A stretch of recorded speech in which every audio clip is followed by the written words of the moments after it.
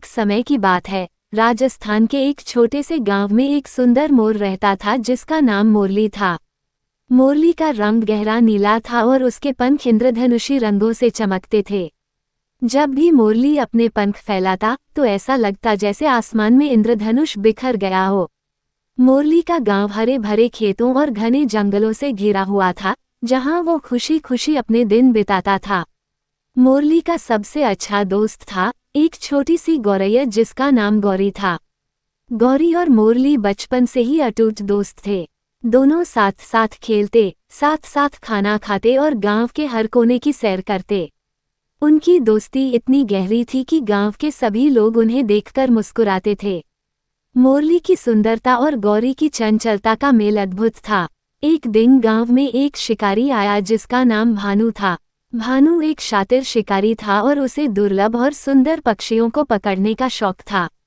जब भानु ने मोरली को देखा तो उसकी आंखों में लालच की चमक आ गई। उसने मोरली के खूबसूरत पंखों को अपने शिकारी टोपी पर सजाने का सपना देखा। भानु ने तय किया कि वह मोरली को पकड़कर अपने शिकार का निशाना बनाएगा। गौरी ने भानु की यह बात सुन ली और वह तुरंत मोरली के पास गई। मोरली, भानु शिकारी तुम्हें पकड़ना चाहता है, गौरी ने घबराते हुए कहा। हमें कुछ करना होगा। मोरली ने गौरी की बात सुनकर उसे सांत्वना दी और कहा, गौरी, तुम चिंता मत करो, हम मिलकर इस मुश्किल का सामना करेंगे। मोरली और गौरी ने मिलकर एक योजना बनाई। उन्होंने गांव के सभी पक्षियों और जानवरों को इकट्ठा किया और भानु को भगाने का एक मजेदार प्लान तैयार किया। सभी पक्षी और जानवर अपने अपने तरीकों से भानु को डराने लगे। कभी कभी वे भानु के आसपास मंडराते, कभी उसका सामान गिराते और कभी उसकी नींद में खलल डालते। भानु इतना परेशान हो गया कि उसने गांव छोड़ने का फैसला किया। भानु के जाने के बाद गांव के सभी लोग और जानवर बहुत खुश थे। उन्होंने मोरली और गौरी की तारीफ की और उनका धन्यवाद किया। मोरली ने कहा, ये हमारी टीम वर्क और प्रेम की शक्ति थी जिसने भानु को हराया। इस कहानी से हमें ये सीखने को मिलता है कि दोस्ती और टीम वर्क से हम किसी भी मुश्किल का सामना कर सकते हैं।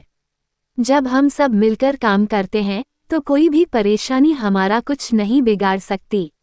गांव के लोग मोरली और गौरी की बहादुरी की कहानियां सुनाते और बच्चों को उनकी तरह साहसी और मददगार बनने की प्रेरणा देते।